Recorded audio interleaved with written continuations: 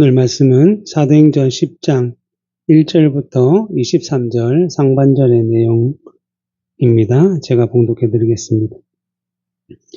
가이사랴에 고넬료라 하는 사람이 있으니 이달리아 부대라 하는 군대의 백부장이라. 그가 경건하여 온 지방과 더불어 하나님을 경외하며 백성을 많이 구제하고 하나님께 항상 기도하더니 하루는 제구시쯤 되어 환상 중에 밝히 보매 하나님의 사자가 들어와 이르되 고넬료야 하니 고넬료가 주목하여 보고 두려워 이르되 주여 무슨 일이니까. 천사가 이르되 내 기도와 구제가 하나님 앞에 상달되어 기억하신 바 되었으니 내가 지금 사람들을 욥바에 보내어 베드로라 하는 시몬을 청하라. 그는 무도장이 시몬의 집에 유숙하니 그 집은 해변에 있다 하더라. 마침 말하던 천사가 떠나매 고넬료가 집안 하인 둘과 부하 가운데 경건한 사람 하나를 불러 이 일을 다 이루고 욥바로 보내니라.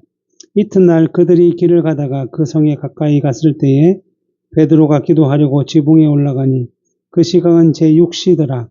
그가 시장하여 먹고자 하매 사람들이 준비를 할 때에 황홀한 중에 하늘이 열리며 한 그릇이 내려오는 것을 보니 큰 보자기 같고 내 귀를 메어 땅에 들이웠더라. 그 안에는 땅에 있는 각종 네발 가진 짐승과 기는 것과 공중에 나는 것들이 있더라. 또 소리가 있으되 베드로야 일어나 잡아먹으라 하거늘 베드로가 이르되 주여 그럴 수 없나이다. 속되고 깨끗하지 아니한 것을 내가 결코 먹지 아니하였나이다 한데 또 두 번째 소리가 있어 하나님께서 깨끗하게 하신 것을 내가 속되다 하지 말라 하더라. 이런 일이 3번 있은 후 그 그릇이 곧 하늘로 올려져 가니라. 베드로가 본 바 환상이 무슨 뜻인지 속으로 의아해하더니 마침 고넬료가 보낸 사람들이 시몬의 집을 찾아 문 밖에 서서 불러 묻되 베드로 하는 시몬이 여기 유숙하느냐 하거늘 베드로가 그 환상에 대하여 생각할 때에 성령께서 그에게 말씀하시되 두 사람이 너를 찾으니 일어나 내려가 의심하지 말고 함께 가라. 내가 그들을 보내었느니라 하시니 베드로가 내려가 그 사람들을 보고 이르되 내가 곧 너희가 찾는 사람인데 너희가 무슨 일로 왔느냐. 그들이 대답하되 백부장 고넬료는 의인이요 하나님을 경외하는 사람이라. 유대 온 족속이 칭찬하더니 그가 거룩한 천사의 지시를 받아 당신을 그 집으로 청하여 말을 들으려 하느니라 한데 베드로가 불러들여 유숙하게 하니라. 아멘. 우리는 지난 시간에 이방인을 위한 그릇으로 준비된 사울의 회심에 관한 사건들을 함께 살펴보았습니다. 사울은 원래 바리새인으로서 율법을 지켜 의를 이루고자 하는 삶을 살았던 사람이고 스스로 보기에 율법의 의로는 흠이 없는 사람이었다라고 자부할 정도로 열심을 내었던 사람입니다. 그러나 그러한 열심은 율법의 참된 의미를 알지 못하고 단지 사람의 열심을 따라 행한 것들이었고 그러다 보니 대부분 형식과 외식의 열매를 맺게 된 것입니다. 그래서 사울이 회심한 이후에 기록한 로마서 10장 2절부터 3절에 보면 내가 증언하노니 그들이 하나님께 열심이 있으나 이 바리새인과 같이 율법에 열심을 내고 있던 유대인들은 이 열심을 통해서 하나님께 자랑도 하고 칭찬도 받고 또 사람들로부터 칭송을 받고자 하는 마음들이 있었다라는 것입니다. 그러나 사도 바울은 그러한 열심에 대해 말하기를 그들이 올바른 지식을 따른 것이 아니라 하나님의 의를 모르고 자기의 의를 세우려고 힘써 하나님의 의에 복종하지 아니하였다라고 말씀을 했습니다. 즉 바리새인과 같은 유대인들의 열심은 율법의 참된 뜻을 깨닫지 못하고 단지 율법을 잘 지키고 행한다라고 자랑하던 자기 스스로에 대한 자부심이었지 하나님께서 주신 율법의 참뜻, 참지식을 따른 것이 아니었기 때문에 결국에는 하나님의 뜻과 의에 오히려 반대하고 복종하지 않는 그러한 열매를 맺게 되었다라는 것입니다. 그러다 보니 율법의 약속대로 오셨고 자기 백성을 위한 구속의 사역을 온전하게 이루시기 위해 오신 예수 그리스도를 자신들이 행하던 율법을 폐하러 왔다라고 백성들을 선동하여서 예수님을 십자가에 못 박아 죽였던 것입니다. 그러나 예수 그리스도께서는 사흘 만에 부활하심으로써 율법에 예언되고 예표되었던 자기 백성을 위한 구속의 모든 사역을 성취하셨습니다. 하지만 율법에 대한 바른 열심이 아니라 율법의 무지함으로 사람의 열심을 내었던 유대 종교 지도자들과 그들의 세력은 그것을 믿지 못했을 뿐만 아니라 오히려 이번에는 예수 그리스도의 죽으심과 부활로 말미암은 구속의 복음을 전하는 예수 그리스도의 제자들, 사도들, 성도들마저 박해하고 핍박을 했으며 그 일에 가장 앞섰던 사람이 바로 사울이었던 것입니다. 그래서 사울은 예루살렘에 사는 성도들을 찾아내어 감옥에 집어 넣은 열심을 냈을 뿐만 아니라 흩어진 성도들이 다메섹에 이르렀다라는 소문을 듣고서는 다메섹까지 가서 그들을 잡아오고자 하는 열심을 나타내었습니다. 하지만 다메섹으로 오는 도중에 부활하신 예수 그리스도를 만나게 되어 변화를 받았고 주의 뜻을 따라 이방인에게 복음을 전하는 사명을 받게 된 것입니다. 그리고 사울은 다메섹과 예루살렘과 다소에서 복음을 전하며 이후에 이방인들에게 복음을 전하는 사명을 이루기 위한 준비의 시간을 보낸 것입니다. 사울이 이러한 시간을 보내는 가운데 복음은 이제 온 유대 또 북쪽 갈릴리까지 그리고 사마리아까지 흘러가서 여러 지역의 교회들이 생겨나게 되었고 그러한 교회들에게 사도들이 방문하여 성도들에게 말씀을 전하며 신앙을 더 견고해지도록 자라도록 도왔다라는 것입니다.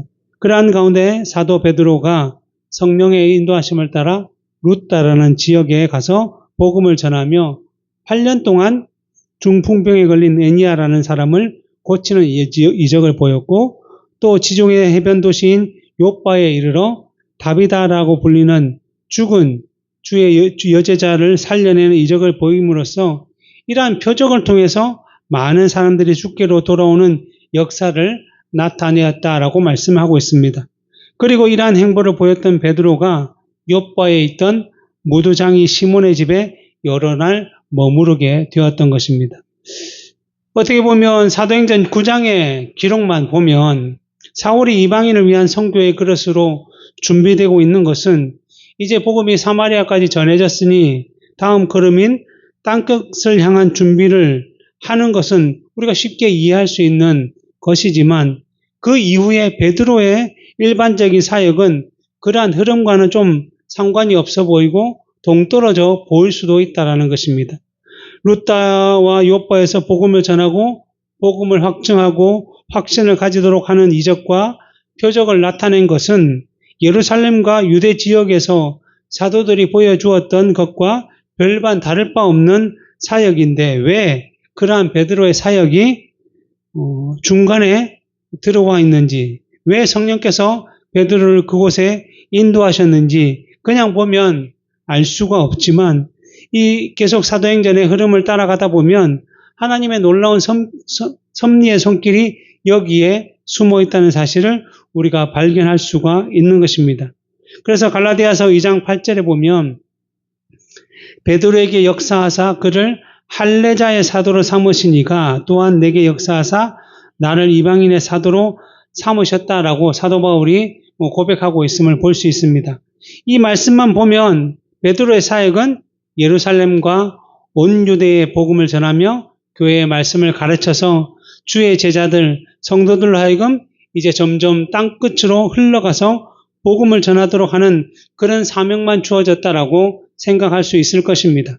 그러나 지금 오늘날의 천주교, 즉 로마 가톨릭이 자신들의 초대 교황이 베드로였다라고 하고 그 베드로의 무덤 위에 이 바티칸 대성당을 지었다라고 하고 있기 때문에 베드로는 이후에 유대를 벗어나 다른 나라로 가서 복음을 전했다는 사실을 우리가 알 수 있습니다. 그런데 그것은 지금 사도행전 9장의 내용이 아니라 나중에 후에 일어난 사건이라고 할 수 있고 지금의 상황은 사도 바울의 말씀처럼 할례자라고 불리는 유대인들에게 복음을 전하고 있는 베드로인데 왜 이방인의 사도로 부르심을 받은 사울의 회심 이후에 베드로의 사역이 등장을 하고 있는 것일까요? 그에 대한 이유를 오늘 본문에서 증거를 해주고 있습니다. 그래서 먼저 본문 1절을 보면 가이사랴에 고넬료라 하는 사람이 있으니 이달리아 부대라 하는 군대의 백부장이었다라고 말씀하고 있습니다. 이 가이사랴는 유대 지역 위에 사마리아 지역이 있는데 사마리아 북쪽 서쪽 끝 이 지중해 해변에 있는 도시였습니다. 이 헤롯 대왕이라는 사람이 로마 황제 가이사 아구수도를 위해서 건설한 도시인데 이 로마가 이스라엘을 통치할 때 주 거점을 삼았던 지역이었고 그래서 로마의 총독도 여기에 거주했고 로마의 군대도 함께 여기에 거주했던 도시였습니다. 그래서 여러 가지 이유로 이곳에는 유대인들보다는 이방인들이 더 많이 살았던 것이고 그리고 영향력을 끼치고 있는 도시였습니다. 이처럼 가이사랴에 주둔하고 있던 군대에서 그 백부장의 지위를 가진 고넬료, 그러니까 이탈리아 로마 사람이죠. 즉 이방인인 사람이 있었습니다. 그런데 이전에 보면 이러한 이방인인 고넬료가 경건하여 온 지방과 더불어 하나님을 경외하며 백성을 많이 구제하고 항상 하나님께 기도하던 사람이었다라고 소개를 하고 있습니다. 여기서 백성은 지배를 받고 있었던 유대인들을 의미하는 것이고 오늘 본문 22절에서는 그러한 구제와 선행으로 유대 온 족속의 칭찬을 고넬료가 받았다라고 분명하게 말씀하고 있습니다. 그래서 분명히 이달리아 로마 부대의 백부장이었기 때문에 이 사람은 유대인이 아니었고 이방인이었는데 이 사람이 하나님을 경외하고 백성을 구제하며 하나님께 기도하는 사람이었다는 것입니다. 그 당시 로마 군인들은 지배하고 있던 나라의 백성들을 정말 많이 괴롭히고 무시하고 함부로 대하는 일들이 많이 있었기 때문에 그러한 행동을 하지 않았다는 것을 넘어서 지배를 당하고 있던 백성들을 위해서 구제를 많이 했다는 것을 보면 경건한 유대인의 전도들을 통해서 유대교까지 개종은 하지는 않았지만 그래도 그 법을 따라 하나님을 알고 율법의 바른 지식을 따라 하나님을 찾았던 사람이었습니다. 그래서 고넬료는 자신뿐만 아니라 자신의 온 지방 사람들까지 즉 가족과 한인과 또 그의 부대원 몇 명까지 하나님을 경외하는 법을 가르치며 함께 이러한 일들을 했다라는 것입니다. 그리고 마태복음 22장에 보면 한 율법사가 예수님께 율법 중에 어떤 계명이 가장 큰 계명인지 물었을 때에 예수께서 이르시되 내 마음을 다하고 목숨을 다하고 뜻을 다하여 주 너의 하나님을 사랑하라 하셨으니 이것이 크고 첫째 되는 계명이요 둘째도 그와 같으니 내 이웃을 내 자신과 같이 사랑하라 하셨으니 이 두 계명이 온 율법과 선지자의 강령이다라고 말씀하셨습니다. 즉 율법을 요약하면 하나님을 사랑하는 것인데 하나님을 사랑하는 자는 반드시 내 자신의 이웃을 자신의 몸처럼 사랑하는 열매를 맺게 된다라고 말씀하시는 것입니다. 그러니까 이 고넬료도 하나님을 참되고 바르게 경외하는 경건한 삶을 살았기 때문에 지배를 당하고 있는 유대인들을 위해 구제하는 열매를 맺는 삶을 살게 되었다라고 하는 것입니다. 그리고 나서 이제 본문 3절 4절에 하루는 제9시쯤 되어 환상 중에 밝히 보매 하나님의 사자가 들어와 이르되 고넬료야 하니 고넬료가 주목하여 보고 두려워 이르되 주여 무슨 일이니까 천사가 이르되 내 기도와 구제가 하나님 앞에 상달되어 기억하신 바가 되었다라고 말씀을 하고 있습니다. 제9시는 오늘날로 하면 6시간을 더하면 오후 3시쯤인데 유대인들은 하루에 3번씩 기도하는 관습이 있었던 것입니다. 주로 유대인들의 시간으로 보면 제3시, 제6시, 제9시에 기도를 했는데 이전에 베드로와 요한도 제9시 기도 시간에 예루살렘 정전으로 기도하러 갔다가 나면서부터 걷지 못한 병자를 고쳤던 그런 이적을 행했던 것입니다. 그러기에 경건한 고넬료도 그와 같이 그러한 시간에 기도를 했던 것입니다. 그런데 그 기도 시간에 환상을 보게 되었는데 하나님의 사자 즉 천사가 나타나서는 너의 기도와 구제가 하나님 앞에 상달되고 기억하신 바 되었다라고 말씀을 하고 있습니다. 잠언 21장 13절에 보면 귀를 막고 가난한 자가 부르짖는 소리를 듣지 아니하면 자기가 부르짖을 때에도 들을 자가 없을 것이다 라고 말씀하고 있습니다. 이처럼 고넬료가 하나님을 경외함으로 이웃 백성들의 어려움과 가난함에 대한 소리를 들었고 그들에게 베풀고 위로하며 구제했던 것인데 하나님께서 이러한 경건의 열매를 맺고 있는 고넬료의 기도도 들어주셨다, 되었다라고 말씀하고 있는 것입니다. 그러면서 이제 하나님의 사자가 전한 내용은 무엇인가 하면 5절부터 6절에서 내가 지금 사람들을 요빠에 보내어 베드로라 하는 시몬을 청하라. 그는 무두장이 시몬의 집에 유속하니 그 집은 해변에 있다라고 말씀을 해준 것입니다. 이 말씀을 통해서 이제 베드로가 요빠까지 이르러 무두장이 시몬의 집에 유속하게 된 이유를 우리가 좀 이해할 수 있는 것입니다. 이 가이사랴는 사마리아 지역에 앞에서 말씀드렸듯이 북서쪽 끝부분에 지중해 해변에 있던 도시라고 한다면 이 베드로가 머물러 있던 요빠는 그 밑으로 한 50km 정도 밑으로 내려오면 유대 땅, 유대 지역의 제일 북서쪽 끝에 해변가에 위치한 도시란 것입니다. 그래서 이 성령께서 베드로 하여금 유대 지역에 있는 교회에 베드로 하여금 복음을 전하게 하시면서 믿음을 더 견고하도록 그들에게 말씀을 전하게 하시면서 유대 지역 서쪽 끝으로 인도하셨다라는 것입니다. 그러면 우리가 생각하기를 아니 처음부터 예수님께서 성령께서 베드로를 가이사랴로 인도하셨다면 더 가깝고 더 빠르게 만날 수 있을 것인데 왜 이 요빠까지만 가게 하셨을까라고 생각할 수도 있을 것입니다. 물론 하나님의 섭리를 우리가 다 알 수는 없기 때문에 왜 그렇게 인도하셨는지 정확하게 말씀하지 않으셨으므로 우리는 알 수 없지만 이 사도행전 행전의 흐름을 따라 보면 좀 이해할 수 있는 점이 있는 것입니다. 그 내용은 좀 더 뒤에 나오기 때문에 잠시 접어두고 또다시 한 가지 우리가 의문을 가질 수 있는데 그것은 하나님의 사자가 고넬료에게 환상 중에 나타났을 때에 그 천사가 이 고넬료에게 하나님의 참뜻이 무엇이며 율법의 참된 의미가 무엇인지 사람이 전하는 것보다 더 자세하게 전했다고 한다면 이 고넬료는 더 크게 놀라운 가운데 이런 것들을 더 잘 받아들이고 잘 이해했을 것 같은데 왜 천사가 이 내용을 전부 다 전하지 아니하고 요빠에 있는 베드로를 불러 말씀을 들으라라고 하셨을까요? 그것은 복음이 흘러가도록 복음이 증거되는 방식을 예수님께서 그렇게 정하셨기 때문입니다.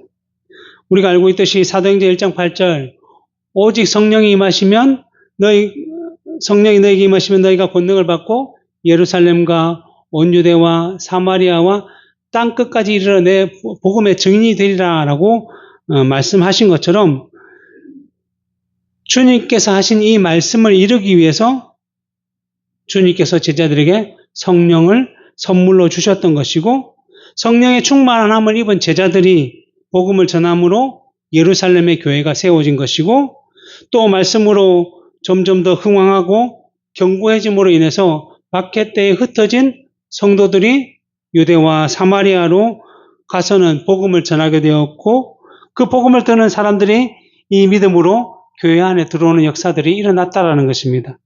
주의 제자들, 사도들, 이 복음의 증인으로서 합당한 삶을 살았다는 것이고 또 그들에게 배운 또 다른 주의 제자들, 성도들이 다른 사람들에게 복음을 전했고 그러한 방식으로 이제 복음이 점점 땅끝까지 흘러가도록 하셨다라고 말씀하는 것입니다. 물론 그 당시는 이제 비상시대이기 때문에 하나님께서 비상한 방식으로 사울을 환상 중에 부활하신 예수님을 만나 회심하도록 하시기도 하셨지만 그것이 복음에 전해지는 일반적인 방식은 아니었다라는 것입니다.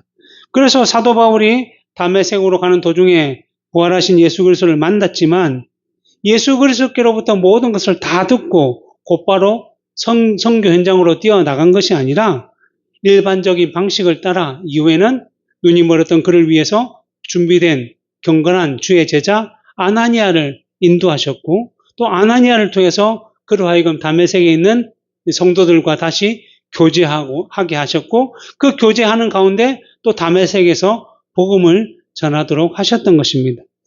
그러기에 다메섹에 죽을 위기에 놓였던 사울을 그 다메섹에 있는 주의 제자들이, 주의 성도들이 광주리에 줄을 매달아 그를 성벽에서 내림으로 말미암아 피신을 시켰던 것입니다. 그리고 그러한 사울이 예루살렘으로 가서 복음을 전할 때에도 사도들과 성도들이 이전에 사울이 행했던 그러한 악한 모습 때문에 그와 함께 하기를 두려워하며 가까이 아니하였을 때에도 예수님께서 환상을 통해서 사도들과 성도들에게 모두 보여줘서, 이 사울은 내가 이방인을 위해서 준비한 그릇이니 너희는 그와 함께 교제하며 복음을 전하는 삶을 살아라 라고 했으면 됐을 것인데, 예수님은 그렇게 하지 아니하시고 그 당시 예루살렘 교회 가운데 위로의 아들이라고 불리는 정말 신망이 두터웠던 바나바를 통해서 예루살렘의 사도와 성도들에게 사울의 회심이 확실하다는 사실을 알도록 하게 하심으로써 예루살렘에 있는 성도들과 이제 교제하며 복음을 전하게 되었던 것입니다. 그리고 예루살렘에서 사울이 또 죽을 위기에 처했을 때에 예루살렘 성도들이 사울을 다소라는 지역으로 보내어서 그를 피신시켰다라고 말씀하고 있습니다. 물론 그러한 가운데 베드로나 바울이나 바나바와 같이 이름만 들어도 다 아는 역할을 하는 사람들도 있었지만, 때로는 다메섹에 있는 주의 성도들, 다메섹에 있는 주의 제자들, 아니면 예루살렘에 흩어진 성도들, 그러한 큰 무리 안에 포함되어 있는 마치 이름도 불려질 수 없는 사람들도 있지만, 그러한 믿음의 성도들을 통해서 하나님께서는 그들을 도구로 사용하여 주셔서 예수 그리스도의 복음을 전하면서 정말 주님 다시 이 땅에 오실 때까지 복음이 흘러가는 역사들을 이루어 가시며 자신의 뜻을 이루어 가신다라고 말씀하고 있는 것입니다. 이러한 사람들은 모두 다 하나님의 백성이며 주의 제자이며 예수 그리스도를 닮아가는 그리스도인이기 때문에 하나님 보시기에는 똑같은 자녀이며 그 자녀들을 통해서 하나님께서는 뜻을 이루어 가신다라고 말씀하고 계시는 것입니다. 그러니까 베드로만 아니라 바울만 아니라 믿는 사람 모두의 구원을 위해서 하나님의 독생자이신 예수 그리스도께서 죽으시고 부활하심으로 구속의 모든 일을 성취하셨기 때문에 그들 모두가 복음의 증인이며 복음의 사명자라고 부를 수 있는 것입니다. 그러기에 하나님께서는 이러한 자기 백성을 통해서 복음의 사역을 계속적으로 이루어 가시며 자신의 뜻을 펼쳐가고 계신다는 사실을 보여주고 있는 것입니다. 그래서 이러한 이유로 하나님께서는 고넬료에게 욥바에 있는 베드로를 불러 복음의 말씀을 들으라라고 하신 것이고, 그러한 명령에 고넬료는 순종하여 하인들과 경건한 부하 한 사람을 욥바로 보내게 된 것입니다. 그리고 이제 이들이 욥바에 다다를 때에 베드로가 제6시 기도 시간에 기도를 하려고 지붕에 올라갔다라는 것입니다. 정오가 되어 사람들이 점심을 준비하는 동안 베드로는 기도를 하기 위해서 옥상으로 올라간 것입니다. 그때 베드로도 환상을 보게 되는데, 하늘이 열리며 이제 보자기 같은 그릇이 내려오는데 내 귀퉁이를 미어서 땅에 내려왔다는 것입니다. 그래서 그 안을 보니 땅에 있는 각종 4발 달린 짐승과 기는 것과 공중에 나는 것들이 들어 있었다는 것입니다. 그래서 베드로가 그것을 보고 있을 때에 본문 13절에 보면 또 소리가 있어 이르되 베드로야 일어나 잡아먹으라 라고 하셨다는 것입니다. 그러자 14절에 보면 베드로가 이르되 주여 그럴 수 없나이다. 속되고 깨끗하지 아니한 것을 내가 결코 먹지 아니하였나이다 라고 대답을 했다는 것입니다. 베드로가 이렇게 대답한 이유는 율법에 보면 먹어도 되는 짐승과 먹지 말아야 할 짐승을 구별하고 있고, 또 정한 짐승이라고 할지라도 부정한 것과 접촉이 되면 먹을 수 없게 되는 이러한 의식법들이 주어져 있기 때문에 그러한 이유로 자신은 먹지 않는다. 지금까지도 먹지 않았고 먹을 수도 없다라고 대답을 한 것입니다. 레위기 20장 24절부터 26절에 보면 내가 전에 너희에게 이르기를 너희가 그들의 땅을 기업으로 받을 것이라. 내가 그 땅, 이 가나안 땅이죠. 곧 젖과 꿀이 흐르는 땅을 너희에게 주어 유업을 삼게 하리라 하였노라. 나는 너희를 만민 중에서 구별한 너희 하나님 여호와니라. 너희는 짐승이 정하고 부정함과 새가 정하고 부정함을 구별하고 내가 너희를 위하여 부정한 것으로 구별한 짐승이나 새나 땅에 기는 것들로 너희 몸을 더럽히지 말라. 너희는 나에게 거룩할지어다. 이는 나 여호와가 거룩하고 내가 또 너희를 나의 소유로 삼으려고 너희를 만민 중에서 구별하였습니다. 라고 말씀하고 있습니다. 하나님께서는 가나안을 향해 가는 이스라엘 백성들에게 정한 짐승과 부정한 짐승을 구별하고 또 부정한 것들로 인해서 몸을 더럽히지 못하도록 하셨는데 왜 그렇게 하셨는가 하면 하나님께서 거룩하시기 때문에 그러한 하나님의 소유로 구별된 이스라엘 백성들도 당연히 거룩하게 구별된 삶을 살아야 한다라는 의미로 주신 것입니다. 그리고 나서 이제 레위기 11장에서 어떤 동물은 정하고 어떤 동물은 부정하고 어떤 곤충은 정하고 어떤 곤충은 부정하고 어떤 새는 정하고 어떤 새는 부정한 이름을 하나씩 나열하면서 다 설명을 해 주셨습니다. 그렇기 때문에 이스라엘 백성들은 대대로 이러한 율법의 말씀을 외적으로 지키며 살아왔고 그것이 신약 시대에까지 이어져 왔다는 것입니다.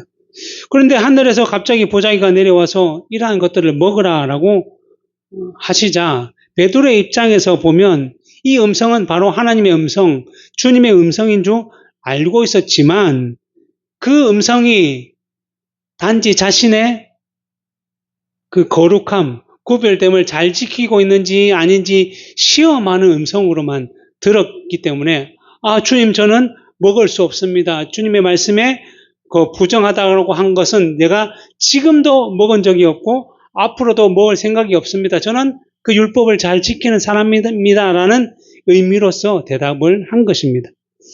그런데 이러한 베드로의 대답에 오늘 본문 15절에서 또 두 번째 소리가 있으되 하나님께서 깨끗하게 하신 것을 내가 속되다 하지 말라라고 하셨다는 것입니다. 분명 율법에 부정한 것을 먹지 말라고 하신 분이 바로 하나님이신데 이번에는 그것을 하나님께서 깨끗하게 하신 것이다라고 하시면서 하나님께서 깨끗하게 하신 것을 내가 속되다고 해서는 안 된다라고 말씀을 하셨다는 것입니다. 그리고 이러한 일들이 3번이나 동일하게 반복적으로 있은 이후에 그것이 하늘로 올라갔다는 것입니다. 그런데 3번이나 이런 일이 반복되었지만 오늘 본문 17절에 보면 베드로가 본 바 환상이 무슨 뜻인지 속으로 의아해했다. 결국 이해하지 못했다. 그 의미를 깨닫지 못했다라고 말씀하고 있습니다. 히브리서 9장 10절에 보면 이런 것은 먹고 마시는 것과 여러 가지 씻는 것과 함께 육체의 예법일 뿐이며 개혁할 때까지 맡겨둔 것이다 라고 말씀하고 있습니다. 이것들은 잠시 맡겨둔 것이지 영원히 지켜야 할 것은 아니다라고 설명하고 있는 것입니다. 무슨 의미인가 하면 부정한 음식과 정결한 음식의 구분은 하나님의 거룩한 백성이 부정한 이방인과 구별되도록 주신 일시적인 조건이라는 것입니다. 하나님의 구별된 백성과 부정한 이방인이라는 철저한 구분은 이스라엘 백성들의 출애굽 이후에 구약 기간, 전 기간 동안 유효했던 것입니다.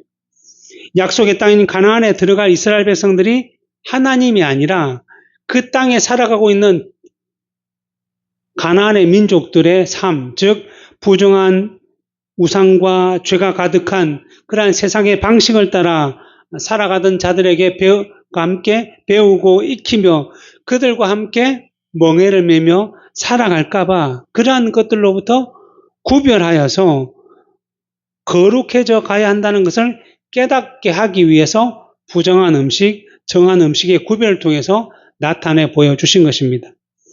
그리고 그러한 것의 참된 의미를 알지 못한 이스라엘 백성들은 그러한 구별을 통해서 오해를 하여서 자기들만이 하나님의 참된 백성이고 거룩한 선민이고 아브라함의 후손으로 이루어진 거룩한 혈통을 가졌다라고 헛되게 자랑하며 다른 모든 나라 사람들을 이방인이라고 부르며 부정하며 무시했던 것입니다. 그러나 이제 이러한 구분이 없어지게 되었는데 그 이유는 율법에 약속된 메시아, 즉 예수 그리스도가 이 땅에 오셔서 자기 백성을 위한 구속의 모든 것을 다 성취하셨기 때문입니다. 그래서 그림자처럼 예수 그리스도를 상징하고 예표하도록 주셨던 모든 의식법들이 폐하여진 것이고 부정한 음식, 정한 음식뿐만 아니라 부정한 민족, 정한 민족의 개념도 다 사라지게 되었던 것입니다. 그래서 예수께서 부활하신 후 승천하시면서 제자들에게 성령이 임하시면 너희는 예루살렘과 유대에 있는 모든 유대인들에게 복음을 전해라만 하신 것이 아니라 사마리아와 땅끝까지 이르러 복음의 증인이 되라고 말씀하신 것입니다. 그러나 율법의 의식은 아직 유대인들에게는 쉽게 넘지 못할 벽으로 여전히 존재했던 것이고, 그러니까 주의 제자들도 땅끝이라는 의미가 아마도 이방인이 아니라 이스라엘을 벗어나 다른 나라와 지역에 사는 유대인들이라는 의미로 들었다라고 할 수 있는 것입니다. 그래서 하나님께서는 이러한 생각을 가진 유대인 성도들의 마음을 변화시키기 위해 베드로를 유대 땅 북쪽 끝으로 보내시고 이제 사마리아의 북쪽 끝인 가이사라의 고넬료 그 이방인에게 베드로를 청하여 복음을 들으라라고 말씀하신 것입니다. 그리고 아직 베드로도 이방인에 대한 생각, 율법의 의식법에 머물러 있었기 때문에 환상을 통해서 하나님께서 깨끗하게 하신 것을 내가 속되다고 할 수 있느냐, 할 수 없다라고 3번이나 강조하면서 보여주셨지만 그 사실을 온전히 깨닫지는 못했던 것입니다. 그리고 이러한 사실을 계속 고민하면서 생각하고 있을 때에 고넬료가 보낸 사람들이 이제 시몬의 집에 도착해서 베드로라고 하는 사람을 찾았다라는 것입니다. 그리고 베드로가 그 환상의 의미를 알기 위해 고민하고 있을 때에 성령께서 베드로로 하여금 2 사람이 너를 찾으니 아무 의심하지 말고 가라. 가라. 내가 그들을 너에게 보내었다라고 말씀해 주셨습니다. 그래서 성령의 인도하심을 받은 베드로가 내려가서 그 사람을 만나서 무슨 일로 왔는지 물었고, 그러자 그들이 대답하기를 가이사랴에 백부장 고넬료라 하는 사람이 있는데 이 사람은 의인이고 하나님을 경외하는 사람이기 때문에 그 지역에 온 유대 족속이 칭찬할 정도이고, 그래서 그가 거룩한 천사의 지시를 받아서 당신을 자신의 집으로 청하여 말을 들으라고 했기 때문에 우리가 왔다라고 대답을 해준 것입니다. 그때 고넬료가 이방인인데 하나님을 경외하고 유대인들의 칭찬을 받고 있으면서 천사의 지시를 받아 자신을 불러 말씀을 들으려 한다는 이야기를 듣고 나서 베드로는 그 환상의 의미와 성령께서 그들과 함께 가라는 의미를 조금 이해할 수 있었던 것입니다. 그래서 뒤에 보면 사도행전 10장 28절 29절에서 이르되, 베드로의 말이죠. 이르되 유대인으로서 이방인과 교제하며 가까이 하는 것이 위법인 줄을 너희도 알거니와. 그러니까 베드로도 그 환상을 보기 전까지는 율법의 의식법에 속한 생각을 버리지 못했기 때문에 복음을 이방인에게 전하고자 하는 마음조차 없었을 뿐만 아니라 여전히 이방인들과 함께하는 것이 율법에 위배되는 것임을 알고 있었다는 것입니다. 그런데 이러한 베드로가 변하게 된 것은 하나님께서 내게 지시하사 아무도 속되다 하거나 깨끗하지 않다 하지 말라 하시기로 부름을 사양하지 않고 왔다라고. 그 환상을 통해서 율법의 참된 의미가 그 구별이 이러한 구별을 말씀하는 것이 아니구나라는 사실을 깨닫게 되었고, 그래서 이방인의 초청에 자신이 응하게 되었다라고 말씀하고 있는 것입니다.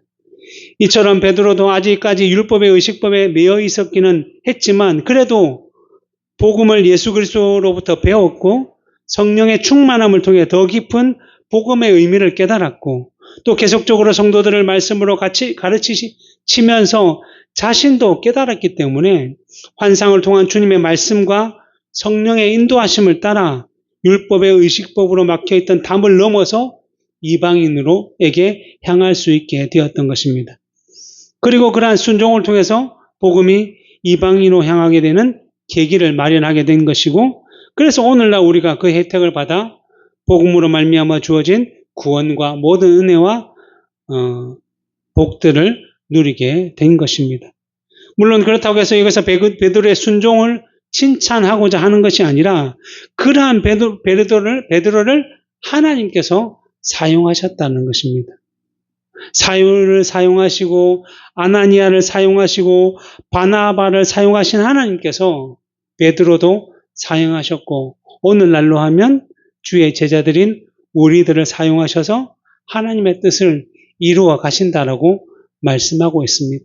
우리는 어떻게 보면 베드로처럼 그렇게 놀라운 일들, 바울처럼 놀라운 일들을 할 수 없고 그냥 단지 우리가 사는 일상 가운데 우리의 자리에 사는 것만으로도 바쁘고 힘들고 그곳에서 정말 주의 이름을 부르며 주의 말씀대로 사는 것조차 버거운 사람들이지만 그러한 사람들조차 하나님께서 부르셨다는 것이고 부르신 이상 그에 합당한 은혜를 주심으로 말미암아 우리를 복음의 증인으로서의 삶을 살아가도록 하시겠다라고 오늘 본문을 통해서 우리에게 주시고 있는 것입니다. 그러기에 우리가 이러한 하나님의 부르심을 따라 하나님의 백성이 되었다라는 것을 기억한다면 신명기 29장 29절 감추어진 일은 우리 하나님 여호와께 속하였거니와 나타난 일은 영원히 우리와 우리 자손에게 속하였나니 이는 우리에게 이 율법의 모든 말씀을 행하게 하려 하심이라고 하신 그 말씀처럼 하나님께서 작정하신 바를 이루시기 위해 창조와 섭리를 통해 하나님의 영광을 이루시는 그 목적을 향해 나아가시면서 언제나 자기 백성을 통해서 그러한 일을 이루어 가신다는 사실을 기억해야 한다는 것입니다. 그러기에 우리가 하나님의 백성이라고 한다면 이러한 하나님의 선한 섭리와 역사를 굳게 믿고 신뢰함으로써 우리에게 주어진 그 섭리를 사람의 열심으로 막고자 하는 자들이 아니라 하나님께서 깨끗하게 하신 일에 사용될 도구로 준비되도록 우리 자신을 내 뜻과 세상을 따라 살아가던 방식을 다 내려놓고 오직 주의 말씀만을 언제나 우리 인생 가운데 가장 우선을 두고 살아감으로 인해 믿음의 열매를 풍성히 맺으며 주의 뜻을 이루어가는 삶을 살아가도록 하기 위해 늘 기도해야 한다는 것입니다. 기도하겠습니다.